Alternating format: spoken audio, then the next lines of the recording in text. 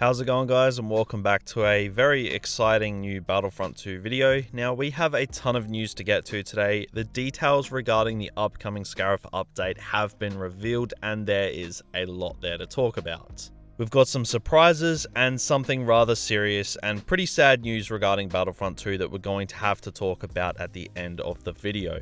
Like I said, there are a few surprises in here, and the update itself looks like it's going to be an absolute banger of an update for the game. But like I said, there is something pretty serious lingering over all of this. If you know what it is, then you know, but we'll discuss this towards the end of the video because it is very important. So just make sure that you stick around to the end of the video.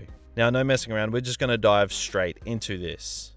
Now, about an hour ago, we got a new trailer showcasing Scarif and everything that's going to be included in the upcoming update for Battlefront 2, and a lot of it is probably what we predicted, but there is some surprises on the way as well. So the first thing we're going to discuss in this video is Age of Rebellion Supremacy.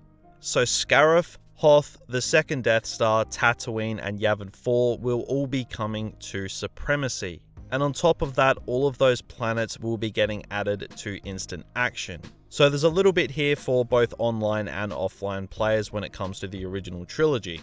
So this is going to offer a really good spread of content for Supremacy and, leave the game mode full in terms of errors and the maps that we can play on. And given what's to come for Battlefront 2, that's going to be very, very important indeed. We're all going to need that. We all love to play some online multiplayer, and yeah, the game is going to need it. Now, also, Scarif will be getting added to co-op, which is pretty good news to hear, and also, the MC-85 Star Cruiser and Resurgent class Star Destroyer will also be getting added to co-op as well. So this is going to add just a little bit more variety to co-op. I know a lot of people really do love that mode, myself included. It's simple, it's against a lot of bots, but the bots are actually pretty competent. So this should keep co-op fresh for at least a little while. Now, there is also some changes to instant action. It's getting its name changed to instant action missions. And it's also going to get some changes to the way it's going to play, so that's a positive change there for the people who play offline and rely on instant action for that. Now, also moving on, we're going to be getting the Crate Heroes vs Villains map, which has been floating around for a very long time, and it's finally coming to Battlefront 2.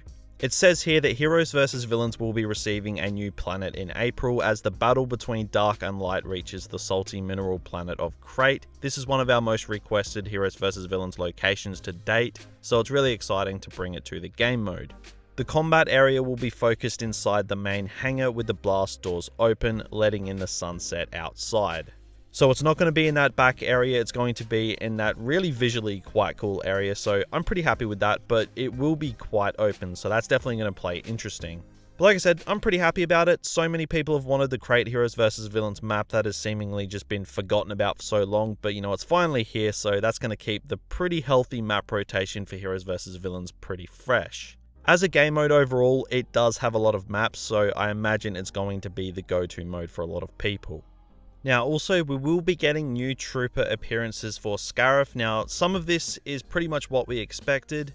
As it says here, within this update, we are pleased to confirm that troopers will have new appearances based on the Shore Trooper setup. Members of the Empire will have their Shore Trooper appearance, while the Rebellion will have access to their Pathfinder variants. Now, this is news that I definitely did expect to see. The Shore Troopers were awesome in Battlefront 2015 and have a great look that's going to be a fine addition to Battlefront 2. And the Rebel Pathfinder is definitely going to help add that extra immersion to Scarif by having the Rebels in their right attire. So that was all expected stuff, but it's actually good to have it confirmed nevertheless. Now, we also have 4 new hero skins, which is something that I did predict would happen. We knew we had 2 villain ones on the way, and they are the 2 that people have been speculating on. So we of course have Star Wars Rebels Darth Maul with the robotic legs confirmed. This is perhaps the most requested hero skin over the past 2 years, and it looks pretty good from the images that we've seen so far. Now, we're also getting 2 new skins from the Rise of Skywalker, the first one being Palpatine's red-robed Sith Eternal appearance. So when he is fully restored in the Rise of Skywalker and he's rocking that red look, that's what we're going to be getting. And the second is for Rey. We have the yellow lightsaber, something that a lot of people wanted. Now, I don't think we have the option for her hood up, which kind of does suck, but nevertheless, it is going to be nice to see her running around with that yellow saber. And the final skin that we've gotten is a hooded skin for Kylo Ren. Now, this one's the more basic of the 4 new skins from what I can tell, so it is what it is, but it's an extra villain skin nevertheless. So I guess that's a positive, even if it's nothing crazy, so I'm pretty happy with the 4 new skins. The Maul, Rey, and Palpatine ones, I am loving the look so far, but nevertheless, I am really happy with these hero skins overall. Now, there is also a ton of changes to the UI and the general gameplay. Now, I won't go over all of them in this video or it will take all day, and I don't want to bore you guys with the smaller, more boring stuff. So I will put a link to the patch notes in the description of this video if you do want to read up on all of that stuff. Overall, this update looks very good. I am happy with what we've got. Nothing has really blown me away, and they tend to throw in some big surprises here and there are some for sure, but nothing too crazy. Nevertheless, it is looking like a really huge update that's going to be adding a lot to the game, and given what we're about to discuss, that's going to be very, very important. Now, a shift of tone for the video. This video is about to get pretty real.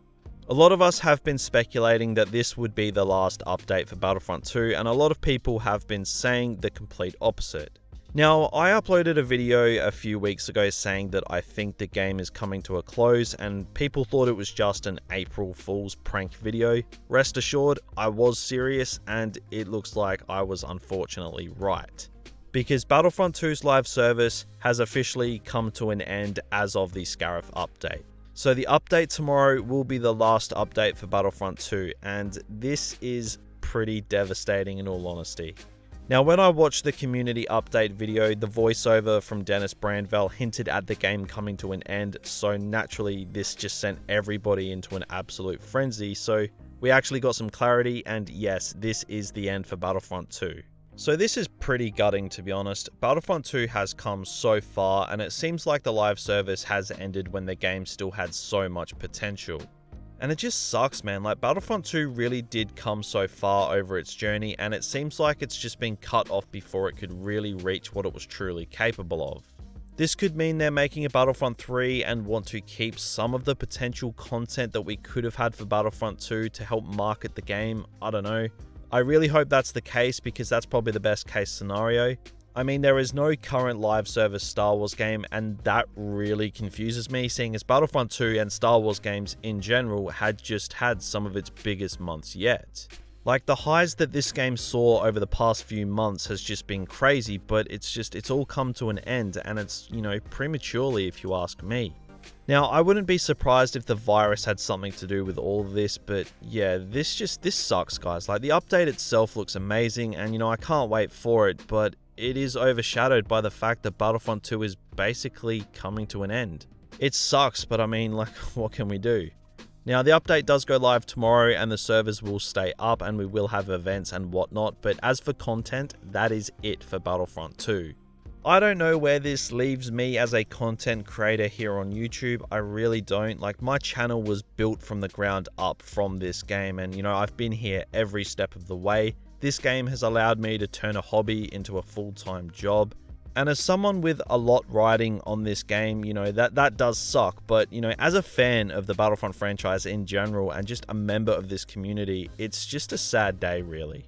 This game just had so much untapped potential, and like I said before, I hope this is coming to an end so they can market a Battlefront 3 for next-gen consoles. Like, that literally might just be the best case scenario. Now, where does this leave my channel? And some of you may be wondering, like I said, I am a full-time YouTuber. It's how I support myself whilst I study full-time at uni. So, the future is uncertain, but uploads will keep coming out. So I don't think that this is the end of the channel or anything like that, but I guess we're just going to have to see how it all unfolds. And like I said, hopefully they're announcing a new game in the very, very near future or something. But we still have the update to look forward to tomorrow. Now, I will have videos coming out for that, and probably the last set of ranking videos I will ever do for Battlefront 2, so that kind of sucks, but you know, we got to do it. So there is content to look forward to from me still, so hang in there and bear with me as we weather the storm until a new Star Wars game is on the horizon.